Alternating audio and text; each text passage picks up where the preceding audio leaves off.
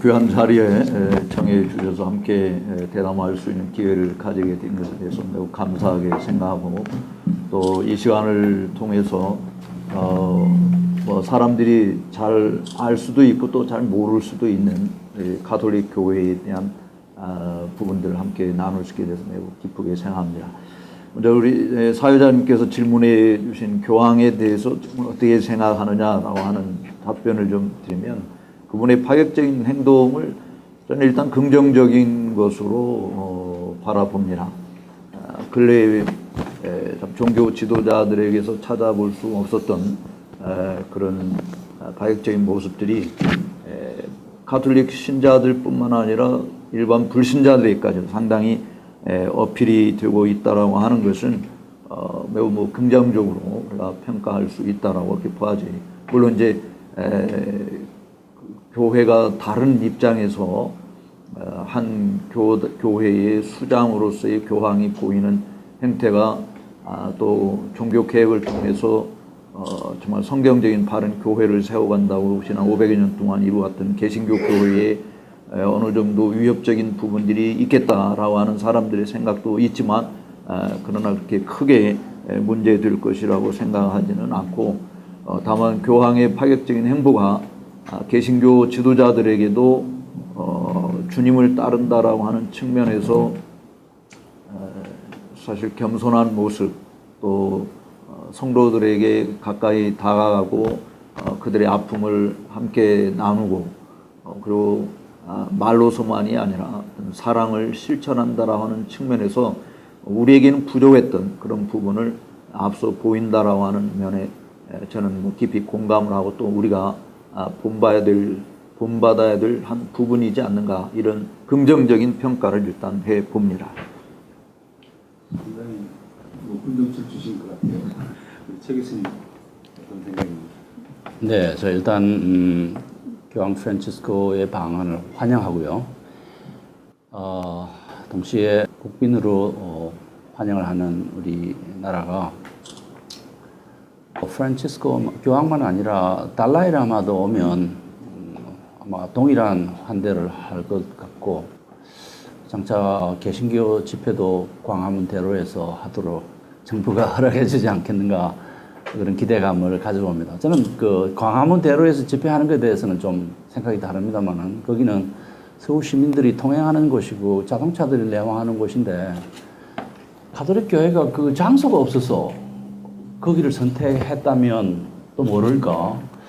그 공개적인 그 집회 장소를 허락한 적이 없는 그곳을 대한민국이 특별히 배려한 것은 상당히 의미심장한 일이고 좀 주목해 볼 일이라고 생각하고요.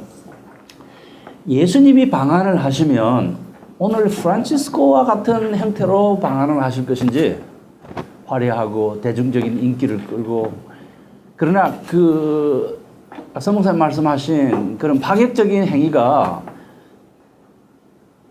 제가 보기에 그 파격적인 행위의 이면에 있는 감추어져 있는 그 로마 가톨릭 교회의 실제의 모습을 좀 엿보게 해야 되는데, 오히려 그걸 감추게 하는 역할을 하고 있다는 생각이 들고요. 저는 그 파격적인 행위가 그런 가난한 자들 찾아가고 소외된 자를 찾아가고 약자를 대변해주고 하는 그런 건 좋은 거지만, 우리가 개신교나 가톨릭 교회가, 로마 가톨릭 교회가 공동으로 추구해야 될 것은 성경이 말하는 복음적 진리고, 그분이 그리스도라고 하는 이 진리 속에서 우리 교회의 원형을 회복해야 된다는 것이에요. 그래서 그 파격성이 교회 개혁의 파격성, 그럴 땐 교리들의 개혁의 파격성으로 나타나면 참 좋겠다. 그래서 그런 걸 기대하고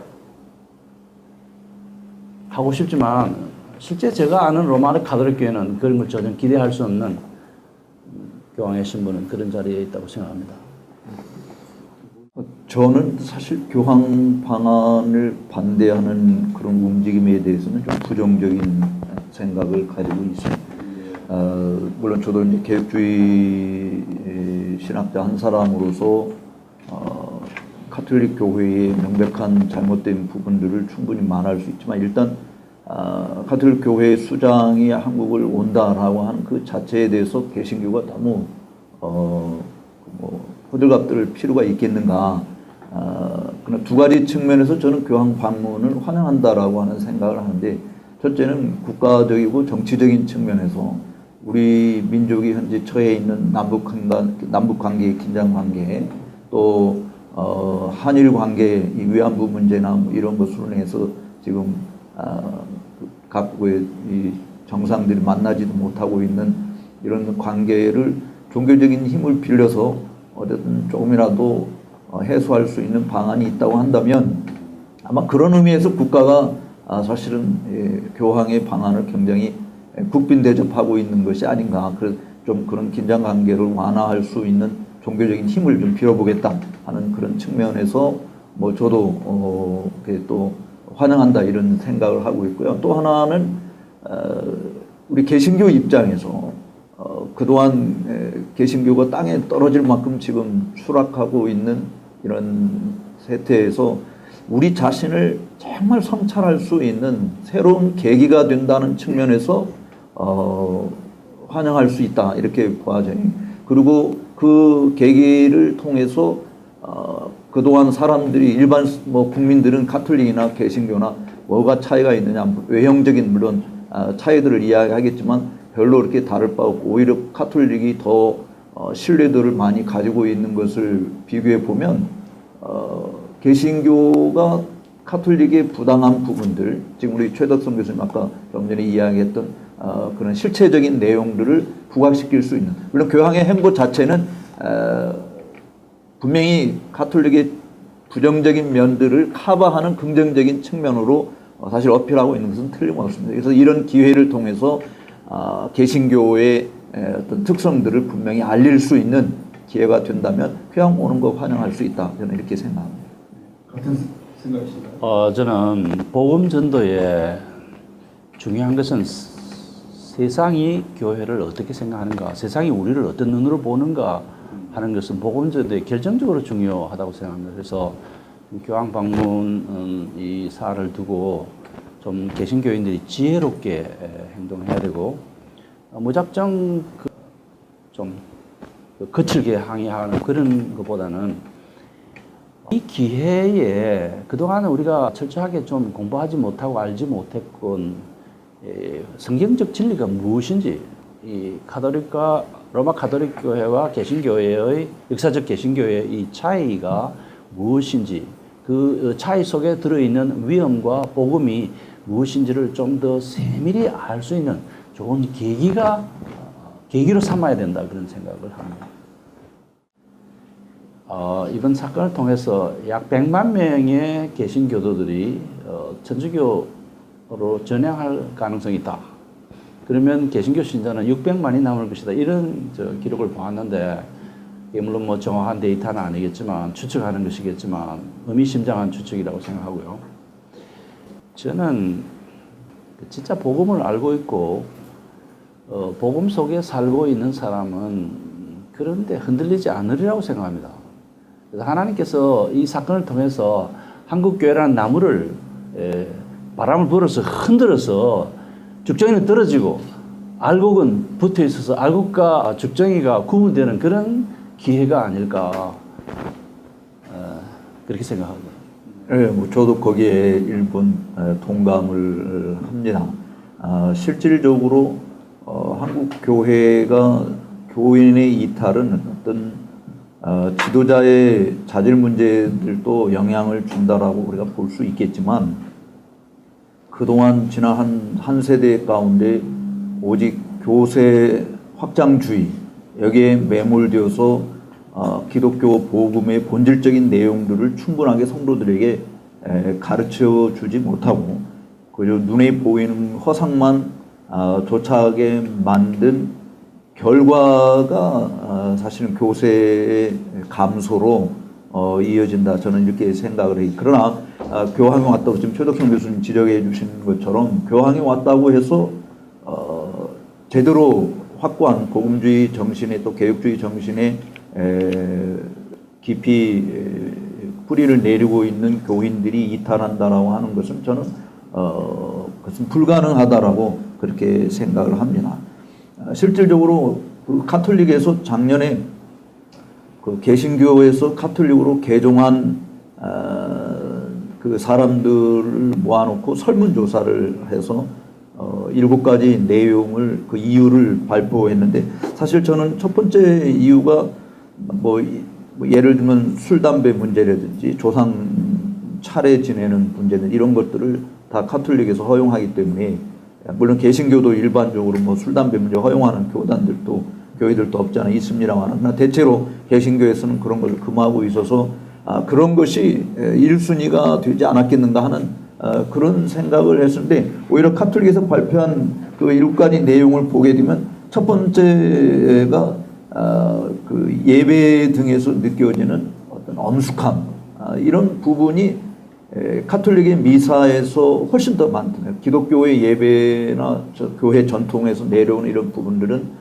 너무나도 소란스럽고 자기를 성찰할 수 있는 기회를 전혀 가지지 못한다라고 하는 거예요. 그게 첫 번째 이유, 두 번째 이유에 해당되었던 부분이거든요. 그러면 지난 20-30년 동안 한국 개신교가 사실 교인들한테 어필할 수 있는 부분들이 뭔가 그냥 교인들 만족도에 만족시켜주기 위해서 별 희한한 일들을 받아들였지만 영적으로 필요한 것들을 공급해주지 못한 그런 사람들은 자연히 어떤 신비성을 가지고 있고 지도자로서 정말 파격적인 행보를 통해서 보여줄 때 그런데 매력에 끌려서 뭐 천주교로 개종할 수 있다 이렇게 보아지지만 이번 계기를 통해서 정말 개신교가 종교 개혁이 우리에게 남겨준 고귀한 유산들을 제대로만 부각시키고 가르쳐줄 수 있다고 한다면 교인의 이탈 문제는 크게 염려할 필요가 없지 않는 것인가 이렇게 생각합니다. 저는 이 맥락에서 우리가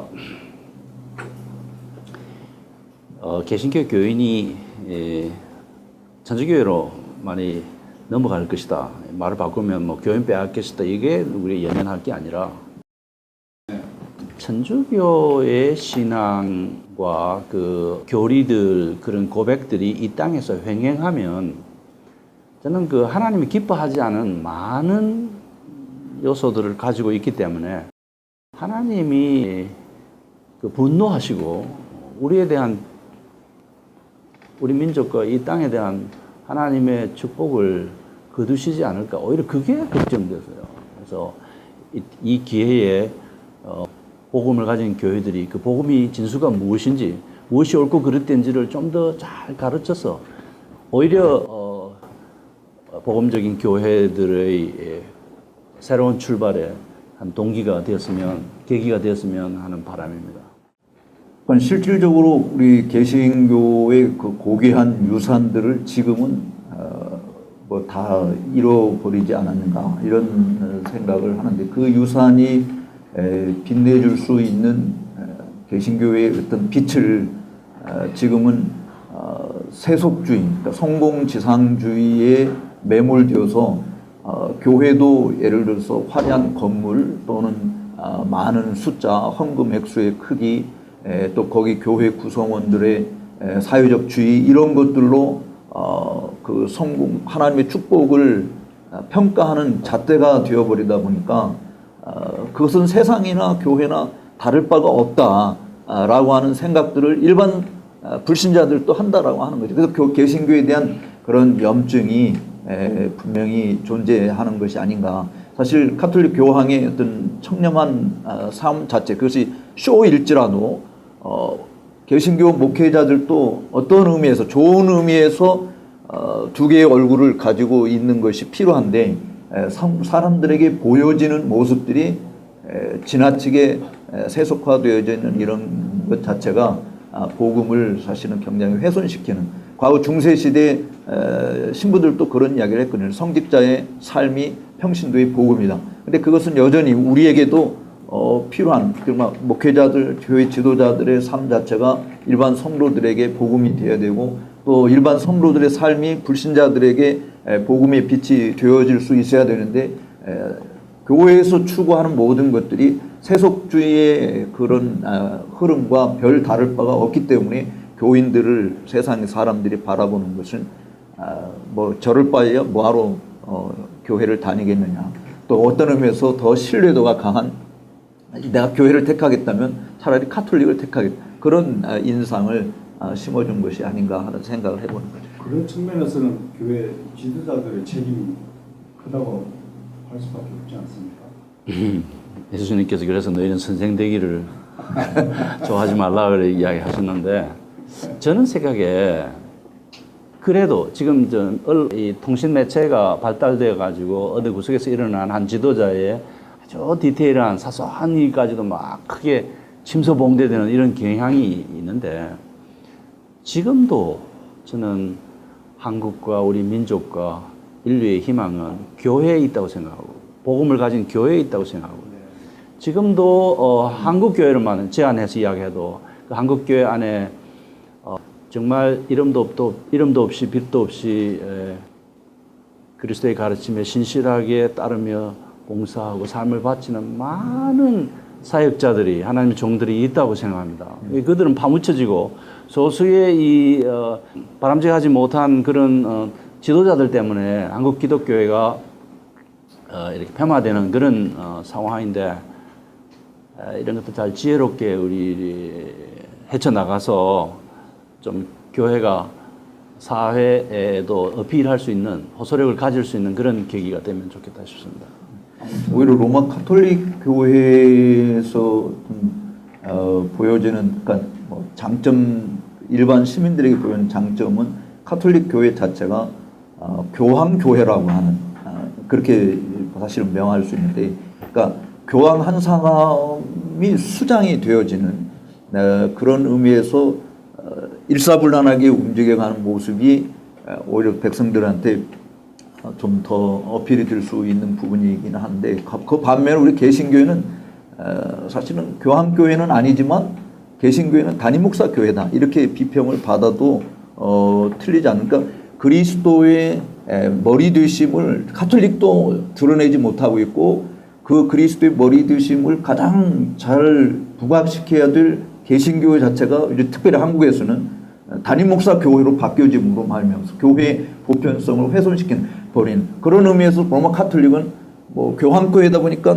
어디를 가나 교황 밑에 하여서 보편적인 모습을 이루고 있지만 개신교는 다 담임목사 교회로 전락되어 버려서 주님의 주 되심을 드러내는 일에 많이 실패하지 않았는가. 그래서 이번 기회를 통해서 정말 개신교가 그리스도의 수장권을 더욱더 확실히 드러내고 교회의 그 보편성을 좀 회복할 수 있는 계기가 되어진다면 또 개신교의 그런 종교 계획이 남겨준 위대한 유산들을 다시 부각시킨다고 한다면 교황의 방문은 오히려 개신교회가 더 큰 유익을 가져다 줄 수 있다는 그렇게 생각이 듭니다. 그 자아 비판적인 동기로 제가 한 말씀 드리면 우리 종교개혁 선배들은 교회의 우두머리는 예수 그리스도 외에 없다. 아무도 없다. 네. 절대 교황일 수도 없고 사람일 수 없다. 이런 그래서 그 진리를 위해서 투쟁하고 그 말씀대로 살려고 노력했고 그런 것들이 웨스민스터 신앙 고백서도 나타나는데 우리 지금 한국 교회는 이상하게 교회를 사임하고 은퇴를 한 분이 아직도 그 교회에 상황 전화처럼 앉아가지고 그 후임 교육자들을 목회하는 것을 실제로 어렵게 만들고 어떤 목사님 말이 거의 8년, 10년 동안 내 목회 에너지의 절반을 담임 목사한테 쏟았다. 이런 그래도 나오더라고요. 그런 것은 이 뭔가 지금 개신교 목사님들이 착각하고 있다는 생각을 하면서 좀 반성하고 고쳐가야 될 거라고 생각합니다. 혹시 최 교수님은 목회를 해보신 적이 계신가요? 네, 제가 신학 교수직을 시작하기 전에 여러 해 목회를 했고요. 그 목회 경험을 통해서 목회란 게 뭐다, 설교란 게 뭐다, 뭐 이런 거를 좀 깨달은 적이 있습니다. 오늘 그 부분은 제가 이제 기고한 진리 깃발지를 또 여러분들이 읽어보시면 충분히 뭐 이해할 수 있으리라고 보아집니다만 일단 로마 카톨릭 교회가 그리스도의 수장권 자체를 부정하는 집단이라고 하는 측면에서 교회의 이 보편성을 사실은 상실한 조금 전에 앞에서도 제가 지적한 교황교회라고 이야기할 수 있기 때문에 사실 그런 측면에서 가톨릭 교회는 주님의 교회라고 말하기가 상당히 어렵지 않느냐. 더군다나 뭐 그냥 전체 종합적으로 이제 간단하게 제가 좀 이야기를 해본다면 우상 숭배 집단이다. 물론 로마 카톨릭에서 이렇게 반박을 합니다. 우리는 마리아를 숭배하는 게 아니다. 그냥 마리아에게 기도하는 것이다. 그래서 마리아에게 청원해서 마리아하고 하여금 하나님께 우리의 기도 내용을 좀 알려달라고 이렇게 이야기하는 것이다. 그래서 마리아여 우리에게 복을 주소서 이렇게 기도하는 것이 아니라 마리아여 성모 마리아님이요 우리의 기도를 아뢰어 주시옵소서 뭐 이렇게 이야기한다라고 이야기를 하지만 아니 우리가 하나님께 직접 기도할 수 있는데 왜 굳이 마리아를 통해야 되고 또 다른 성인들을 통해야 되는가. 이것은 사실 그리스도께서 십자가상에서 성전 휘장을 찢어서 우리가 누구나 그리스도의 이름으로 하나님께 나아간다고 하는 것을 부정하는 행위와 다를 바가 없고 또 교황과 교회 전통 이것을 성경보다도 더 위에 두고 있는 모습 자체가 이것은 교황교회다. 성경에서 말하고 있는 그리스도의 교회라고 말할 수 없다라고 하는 것이죠. 또 우리가 성경은 개신교에서는 66권을 정경으로 이야기하고 있는데 로마 카톨릭에서는 73권을 이야기하고 그 66권 외에 73권을 그 6권을 더 7권을 더 첨가해서 하는데 그 7권이 이제 외경이라고 보통 이야기를 합니다. 그런데 로마 카톨릭은 그 외경 자체도 동일한 정경 위에다 놓고 또 교회의 어떤 전통 전승적으로 내려온 그것이 성경을 판단하는 기준으로 삼고 있는 한편으로 본다면 로마 카톨릭 교회는 성경을 자기들 마음대로 짜집기 하는 뭐 가장 비근한 예가 그 십계명을 우상 숭배하지 말라고 하는 2계명을 싹 빼버리고 10번째 계명을 2개로 나눠서 10계명 맞추는 그래서 로마 카톨릭의 어떤 10계명과 우리 개신교 성경에서 말하는 10계명하고 차이가 있다든지 하는 이런 부분들이 그야말로 우상 숭배 집단으로서의 모습을 철저히 가리면서 우리를 현혹하고 있는 것이 아닌가. 그래서 본인들은 뭐 개신교에서 주장하는 모든 내용 다 믿는다. 그런데 우리는 더 믿는다. 이런 입장이고. 근데 신명기 뭐 12장 32절 말씀이나 또 잠언 30장에 있는 말씀을 보게 되면 이 말씀에 더하지도 말고 빼지도 말라. 주님이 주신 말씀 외에는 우리가 정경으로 받을 수 없는 부분들을 본인들이 더 첨가시켜서 이야기하고 또 본인들에게 유익하지 못하면서 빼버린다든지 하는 것들은 분명히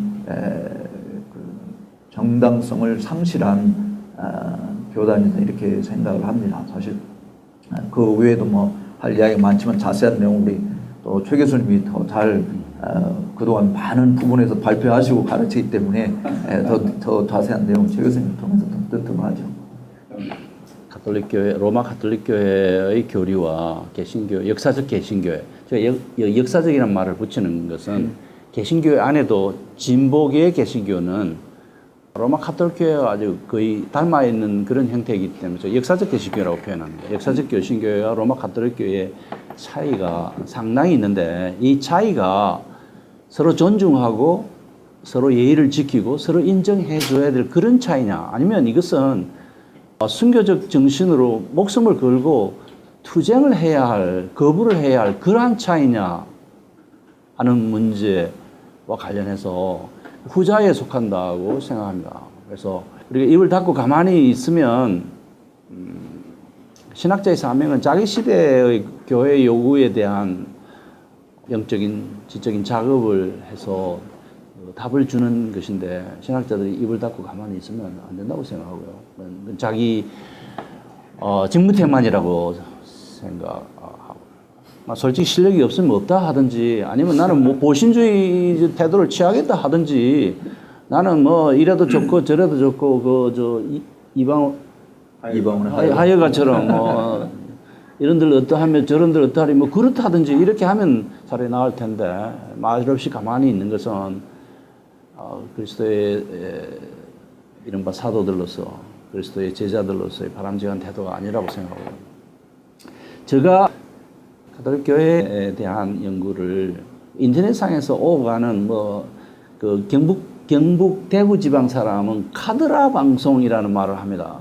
이게 사실 무엇이라고 하더라, 누가 뭐라고 말하더라, 텔레비전에서 누가 뭐라고 했더라, 신문에 뭐라고 했더라, 그걸 딱 줄여서 뭐라 카더라, 그래 카드라 방송인데 그 말로는 거시기 방송이죠. 그래요.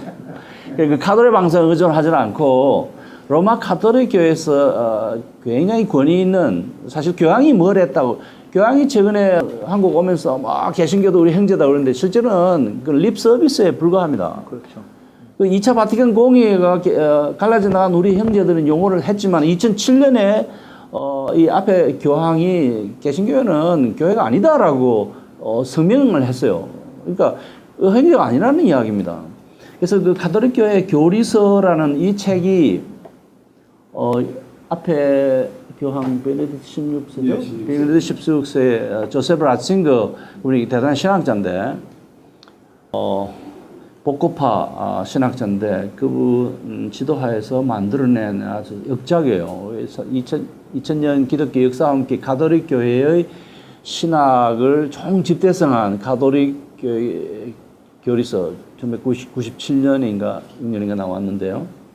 근데 실제로 이거보다 더 중요한 문서는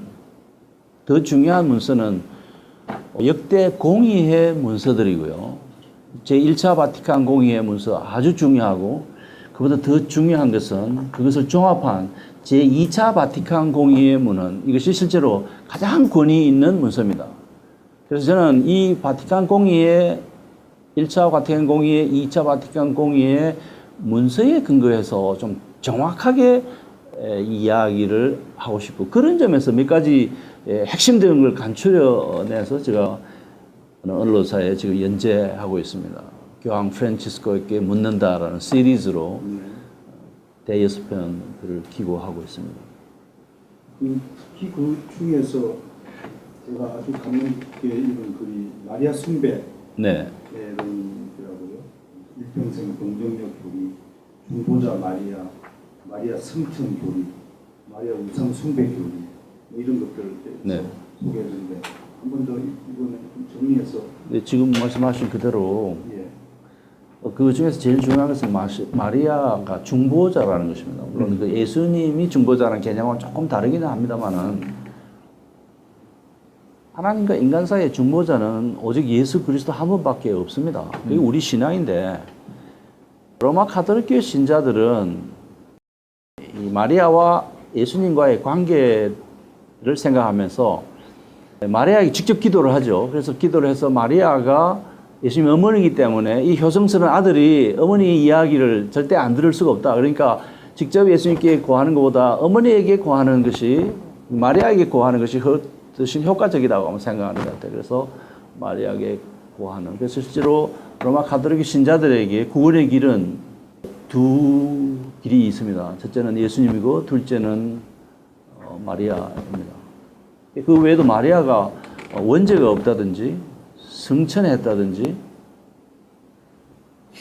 그런 교리는 성경에서 전혀 그 근거를 찾을 수 없는, 그리고 사실 이런 교리의 배후에 한 인간을 신격화하고 절대화하려는 이런 종교적인 그 동기가 자리 잡고 있는, 그것이 무서운 것이죠. 저는 개인적으로 가톨릭 교리 중에서 제일 문제가 된다고 생각하는 것은 예수 없이도 구원받을 수 있다라는, 네. 직접적인 표현은 없다 할지라도 다분히 예수 없이도 구원받는다는 종교다운주의가 가장 큰 문제가 아닌가 생각하는데, 그 점에 대해서 어떻게 생각하십니까? 네, 제가 그 바티칸 공의회 문서 몇 개를 교회 헌장부터 시작해가지고 몇 개의 문서를 철저하게 읽는데, 이 사실 박사과정 학생들이 이제 읽고 같이 공부하는 그런 책들인데, 중요한 발견은 가톨릭 교회 구원론의 결론을 맺으면 결국은 예수 없이도 하나님의 구원을 받는다. 따라서 굳이 꼭 예수를 믿어야 할 당위성을 제공하지 못해요, 천주교회가. 유대인도 구원받고, 유대인은 아브라함과의 맺은 그 조상 덕분에 구원받고, 그 다음에 이슬람, 모슬렘들이 다 구원받는데 그들도 아브라함과의 관계 때문에 구원받고, 미지의 신을 추구하는 모든 종교인들이 다 구원받고, 양심에 따라 사는 사람은 구원받고, 선한 일을 도모하면서 사는 사람 다 구원받는다는 거예요. 예수와 무관하게 다 구원을 받는다는 거예요. 구원 못 받는 사람이 세 부류의 사람이 있는데, 하나는 로마 카톨릭 교회가 무엇인지를 알면서 그 카톨릭 멤버 되기를 거부하는 사람, 저 같은 사람이에요. 우리를 최 교수 같은, 성목사님 같은. 두 번째는 그 교회에 있다가 그 교회를 이탈하는 사람 구원 못 받는다는 것이고요. 세 번째는 아주 극악무도한 그 행악자, 구원 못하는 뭐 그런 것인데, 사실상 모든 사람이 하나님 모든 인류를 사랑하고 모든 자를 구원받기를 원하신다는 그런 근거하에서 모든 사람을 다 구원하기 때문에 꼭 예수를 믿어야 될 당위성을 정오하지 못하는, 이걸 이제 신학적인 용어로 만인 보편 구원주의라고 하는데, Universal Salvationism이라고 하는데, 제가 볼 때 그 교리가 이 로마 가톨릭 교회, 현대 로마 가톨릭, 제2차 바티칸 공의 이후의 로마 가톨릭 교회의 중심에 자리 잡고 있다고 생각합니다. 근데 실제로 이제 그렇게 우리 최 교수님이 반박하는 것처럼 이렇게 반박하는 글에 대해서 로마 가톨릭 신부가 쓴 글을 제가 최근에 보니까 뭐 공회의 그 결의 사항이라든지 뭐 자신들이 가지고 있는 교리적인 가지고 아니다, 우리도 예수 그리스도의 구원의 은총으로 말미암아 구원받는다고 하는 것을 가르친다. 그런데 그것만이 전부가 아니고 바로 우리 인간의 노력이 필요하다. 그래서 하나님의 은혜와 우리 인간의 노력이 필요한, 이 노력이 필요한 것은 그 하나님의 은혜를 붙들 수 있는 방편이기 때문에 그러다. 그래서 이제 실질적으로 그 성례와 연관을 시켜서 우리 개신교에서는 두 가지밖에는 인정하지 않지만 이 사람들은 칠성례 이야기, 그 중에 미사를 이제 사실 강조인데, 미사가 궁극적으로 잘못된 것을 히브리서 9장 12절 말씀을 완전히 파괴시킨, 예수님께서 십자가에서 단번에 구원을 이루셨다라고 하는 그 구속 사건을 사실은 파괴시키는 것이고, 왜냐하면 미사 자체가 구원의 조건에 해당되는 것 때문에. 그래서 미사 때마다 예수님이 십자가에 못 박혀 죽으시는 일들이 벌어지고 있다라고 그들이 생각해서, 그런 의미에서 사실 예수 그리스도의 구원을 부정하는, 인정한다고 앞으로는 이야기하지만 어떤 의미에서 그것을 부정하고 우리 자신의 노력을 더 강조하는, 그렇기 때문에 이제 만인 보편적 구원을 이야기하는 것은 어떤 다른 종교에서도 그리스도 없이 내가 그렇게 노력하면 얼마든지 구원을 받을 수 있다라고 하는 것을 말하는 거죠. 그 댓글 중에, 저 글에 대한 댓글 중에 흥미로운 거 하나는 이런 거래요. 우리가 이 종로 5가에서 전철을 타고 종로 3가를 갈 것이냐, 아니면 그 반대쪽으로 가서 지구를 뺑 돌아서 종로 3가로 갈 것이냐.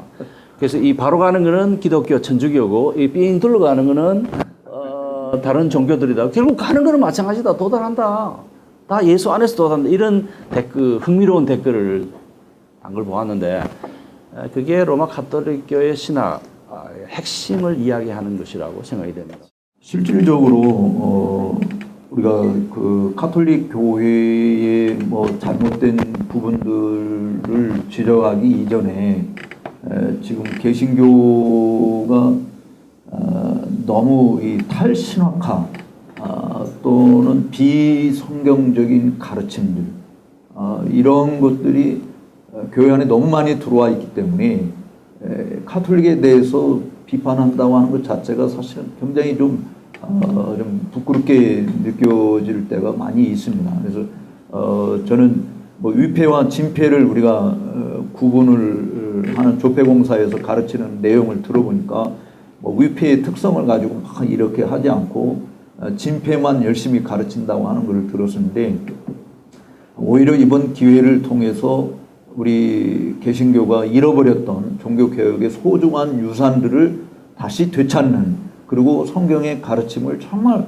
분명하게 증거하다 보면 이 가톨릭의 이 허구성, 뭐 그들이 이야기하고 있는 내용들이 뭐 그 거짓된 부분들이 상당히 많은데, 그것들을 자연히 성도들이 분간할 수 있는 것이 되지 않겠는가. 근데 우리는 그런 가르침들이 너무나 명확하게 제시되지 못했기 때문에 성도들이 정말 뭐 카톨릭은 큰 집이고 뭐 심지어 목사들도 카톨릭은 큰 집이고 우리 개신교는 작은 집이다라고 하는 그야말로 몰상식한 이야기까지 서슴지 않게 하고 있는 것이 아닌가. 그래서 이번 계기를 통해서 우리 종교개혁의 원리와 그 전통적인, 그러니까 조 교수님 이야기한 역사적 우리 개혁교회, 개신교 교회의 그 흐름들을 분명하게 제시해 줄 수 있는 것이 되어야 되겠다라는 생각을 사실 해봅니다.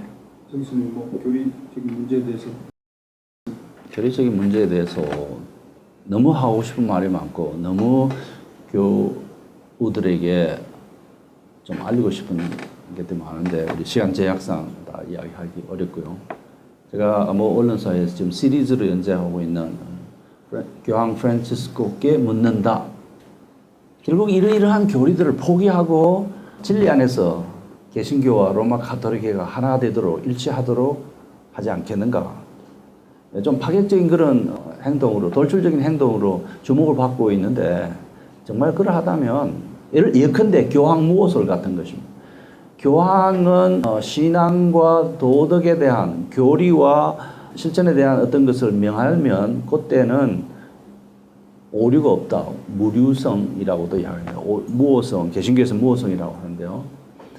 그런데 실제 로마 기독교 2000년의 역사는 하나님의 승리의 역사인 동시에 교회의 실패의 역사이기도 해요. 많은 교황들이 잘못을 저지르기도 하고 뭐 위설을 진설하고 이야기하기도 하고 갈릴레오 갈릴레이를 신문해가지고 저하고 코페르니쿠스 이론을 하지 못하게 한 그런 것들은 사실 그 엄격한 의미에서 교리적인 문제거든요.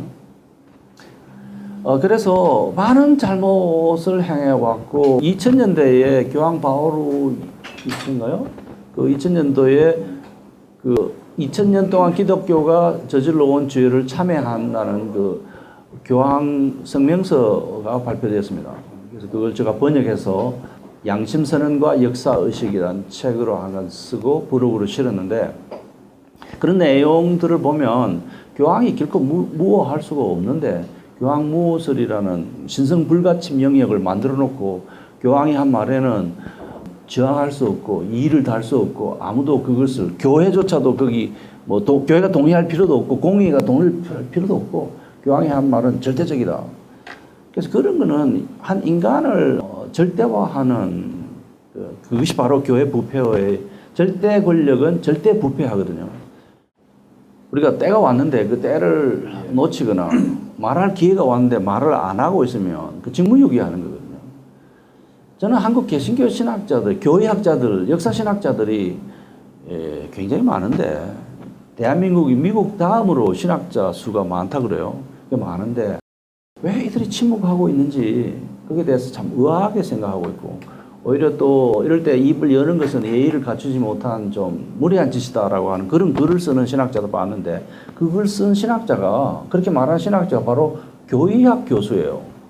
그래서 내가 좀 나와는 많이 생각이 다르다는 생각을 했고 그게 부지런히 가르치고 바른 진리가 무엇인지를 가르치고 그 가르침 속에 복음이 담겨 있고 하나님이 원하는 진리가 담겨 있고 항구적이고 영원한 복음이 담겨 있기 때문에 그 복음 전하는 일을 진리를 바르게 가르치는 일을 게을리하면 안 된다고 생각합니다. 부지런히 해야 된다고 생각합니다. 그렇습니까? 저는 뭐 앞에서도 계속 이야기했습니다만 오히려 이 교황의 방안을 계기로 해서 우리 개혁교회의 그런 좋은 점들을 더 부각시킬 수 있는 길로 나아가면 좋겠다라고 하는 것인데 그것이 1차적으로 우리 신학자들이 감당해야 될 부분이라고 보아지고요. 또 하나는 교회 정치 지도자들에게 좀 요구하고 싶다고 한다면 카톨릭은 지금 이거를 계기로 삼아서 오래전부터 카톨릭의 좋은 면들을 모든 언론 매체들을 동원해서 소개하는 일에 그야말로 조직적으로 체계적으로 움직여가고 있다.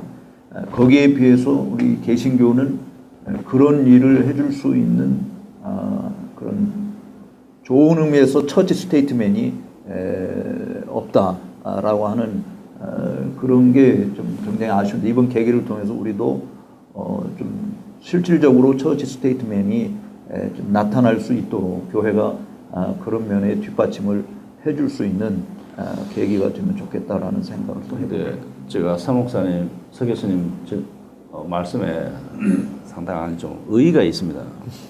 그런 일을 하고 교회가 어떤 교리적 선언, 처치 스테이트멘트를 할 수 있는 그 조직과 능력, 힘을 가지고 있는 여력을 가지고 있는 교단은 서 목사님이 속해 있는 그 교단입니다.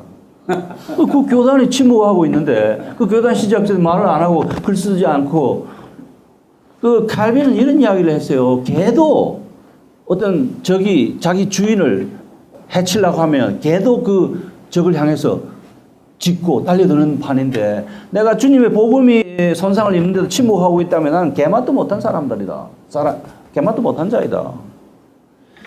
그래서 지금 침묵했다고는 뭐 볼 수는 없고요. 제 생각은.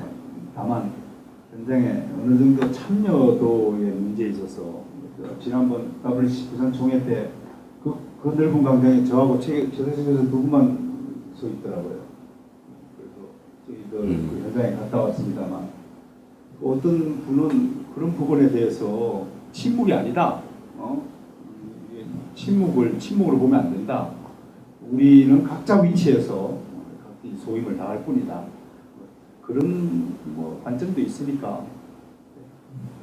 이제 실질적으로 불교계의 이판승과 사판승, 천주교의 이판승과 사판승 이렇게 나눠서 볼 수 있는데 우리 개신교는 사실은 모조리 다 사판승이다 보니까 그런 면에서 그 교회를 이끌고 가는 어떤 영적 권위 이게 사실은 개신교는 너무 없지 않는 거. 근데 불교계도 어쨌든 사판승들이 실질적으로 예를 들어 정의구현 사제단 같은 경우도 천주교에서는 사판승들에 해당된다고 보는 것이죠. 근데 그것을 누르고 있는 것은 밑에서 아무리 떠들어도 어쨌든 아까 말씀하신 대로 교황이나 추경들이 인정해 주지 않으면 안 되듯이 그들은 어떤 이판승 자체가 있는 거죠. 근데 지금 우리는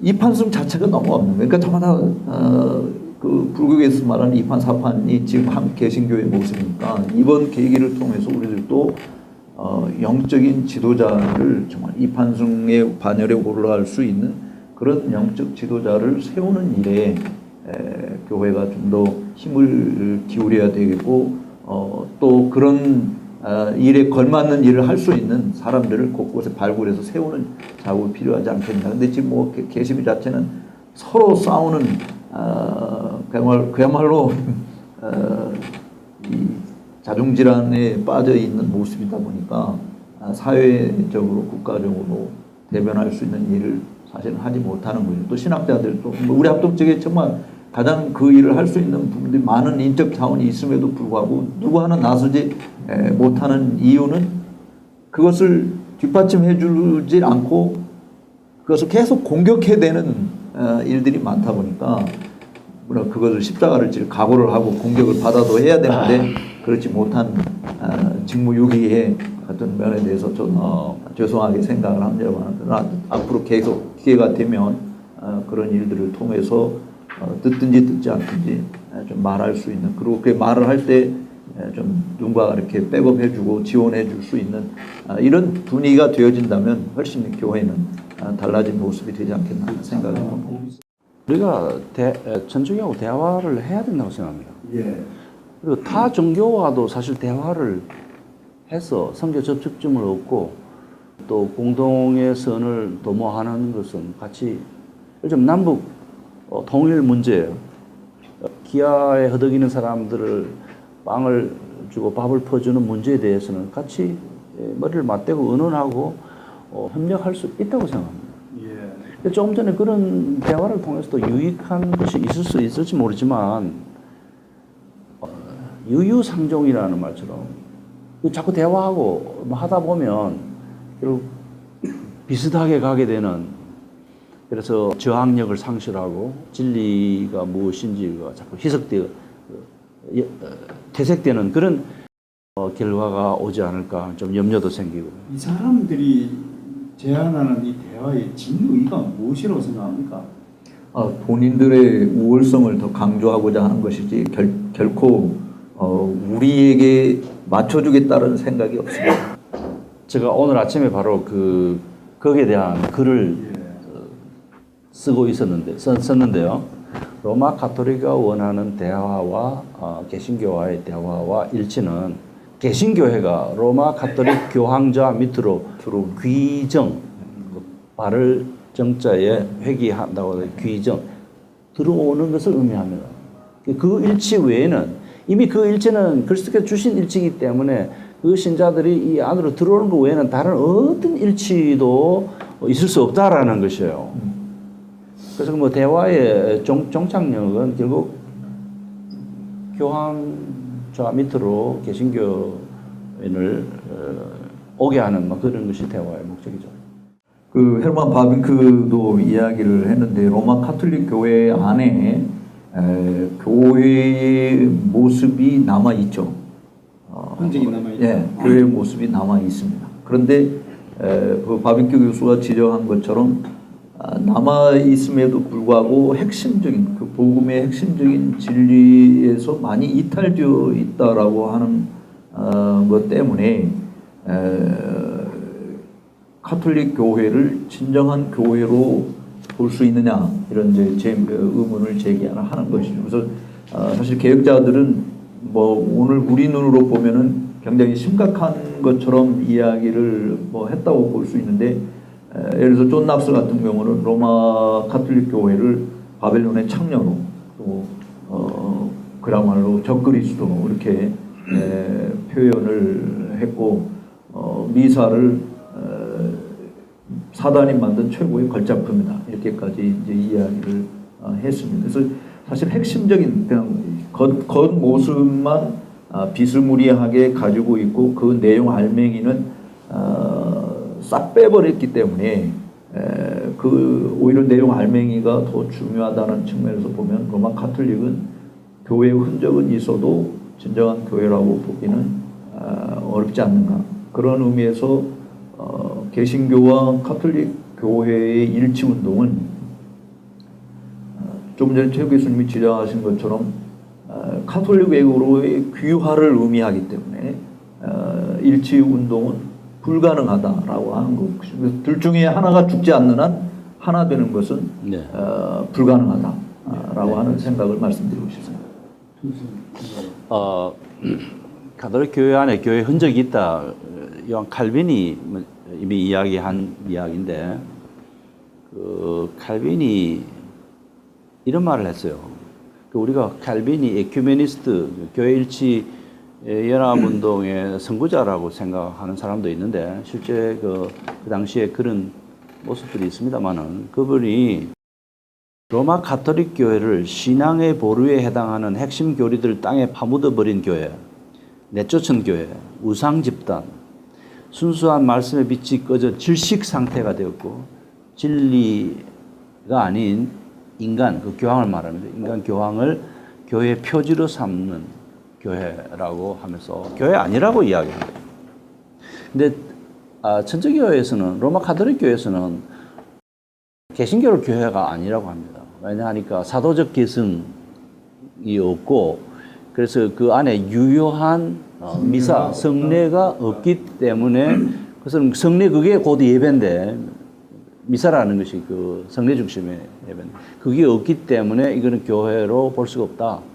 영국 국교회와 동방교회는 조금 예외적입니다만은 그거는 갈라져 나간 교회다 뭐 이런 표현을 쓰지만 개신교회는 참 교회가 아니고 그냥 종교 공동체, 기독교라는 공동체일 뿐이다라고 이야기해요. 그래서 우리가 교회가 도대체 무엇인가를 말할 때 교회가 가시적 조직체이냐 예수님이 이 반석 위에 내 교회를 세우라 했던 그 교회가 눈에 보이는 어떤 중앙 집권적인 권력을 가진 교황 중심의 어떤 피라미드 구조의 사제단을 의미하는 거냐 아니면 한 개인 한 개인이 예수가 그리스도이라고 고백하고 믿고 그 말씀을 따라 순종하고 손해를 보면서도 그리스도 때문에 용서하고 한 발짝 뒤로 물러서는 이런 아름다운 삶을 살아가는 그런 신앙인들의 공동체냐, 신앙 고백 공동체냐 하는 데서 교회가 무엇인가에 대한 개념이 다릅니다. 그래서 우리는 교회를 신앙 고백 공동체라고 볼 때 이 교회가 진정한 교회, 눈에 보이지 아니하는 영원한 예수님이 왕노릇 하시고 주권자로 계시는 그 영적인 교회, 불가시적인 교회, 그것이 참 교회고, 오늘 지상에 있는 우리 작은 이 지상의 교회들은 그 영적인 교회의 가시적한 표현들이라고 봐서 그것이 진정한 교회라고 생각합니다. 자, 오늘 뭐 많지 않은 시간 안에서 우리가 로마 가톨릭 교회의 실체를 전부 다 논할 수는 없습니다. 하나 교황 방한을 계기로 이런 시간을 가지게 되었던 것도 하나님의 섭리 중 속한 한 일이라고 믿고 그렇게 알고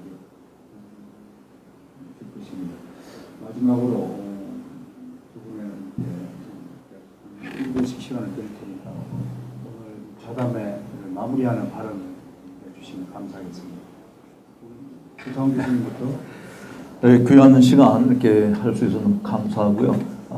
저는 우리 개신교가 이번 기회를 통해서 우리의 신학적 전통을 더 굳게 붙들었으면 좋겠다라고 하는 것과 그리고 교회 지도자들의 좀 내려오는 모습, 조금 청빈한, 물론 뭐 대다수 우리 개신교 목회자들은 최저하 생활 또 못되는 그런 참 사례금을 받고 일을 하고 있습니다만은 그래도 앞에서 비춰지는 사람들의 모습들은 그런 분들의 모습이 아니라 지금 소위 중대형 교회의 지도자들의 모습을 보니까 그분들이 좀 밑으로 좀 내려오고, 뭐 교황이 기아 소울차를 탄다고 이야기하는데 중대형 교회 목사님들이 우리가 일부러 뭐 그런 차를 탈 필요는 없다고 할지라도 어쨌든 좀 내려와서 청빈하게 사는 그런 모습들이 좀 보여지는, 그래서 말과 행실이 조금 일치될 수 있는 그런 좋은 지도자가 많이 나올 수 있게 되기를 바라는 마음으로 말씀을 마치겠습니다. 감사합니다. 네, 저는 이 기회에 우리 한국교회 교우들에게 정말 당부하고 싶은 말이 있습니다. 하나님의 나라 운동은 떠들고 과시적이고 무슨 조직체제의 그 정치적인 권력을 행사하고 지금 한국 개신교의 지도자들이 보이는 그렇게 좋지 않은 모습, 그런 형태로 하나님의 나라가 드러나지 않는 게 아니고, 하나님의 나라는 밀가루 서말 속에 들어있는 누룩처럼 소리도 없고 눈에 보이지도 않지만 뚜껑을 열고 보면 이것이 복음이었구나, 복음 때문에 이렇구나, 그리스도 때문에 이렇구나 하는 그런 결과를 보는 그런 방법으로 하나님 나라가 왕성하게 전개되어 있다고 생각합니다. 그래서 지금 뭐 교황 오는 것에 대해서 너무 신경 쓸 필요도 없고요. 여러분이 믿고 있는 복음이 정말 무엇인지, 나는 그 생명의 하나님과의 만남을 가지고 있는지, 그 복음에 정말 나의 전 삶을 바칠 그런 신앙적인 각오를 가지고 있는지, 이런 걸 다짐하는 기회가 되기를 희망합니다. 감사합니다.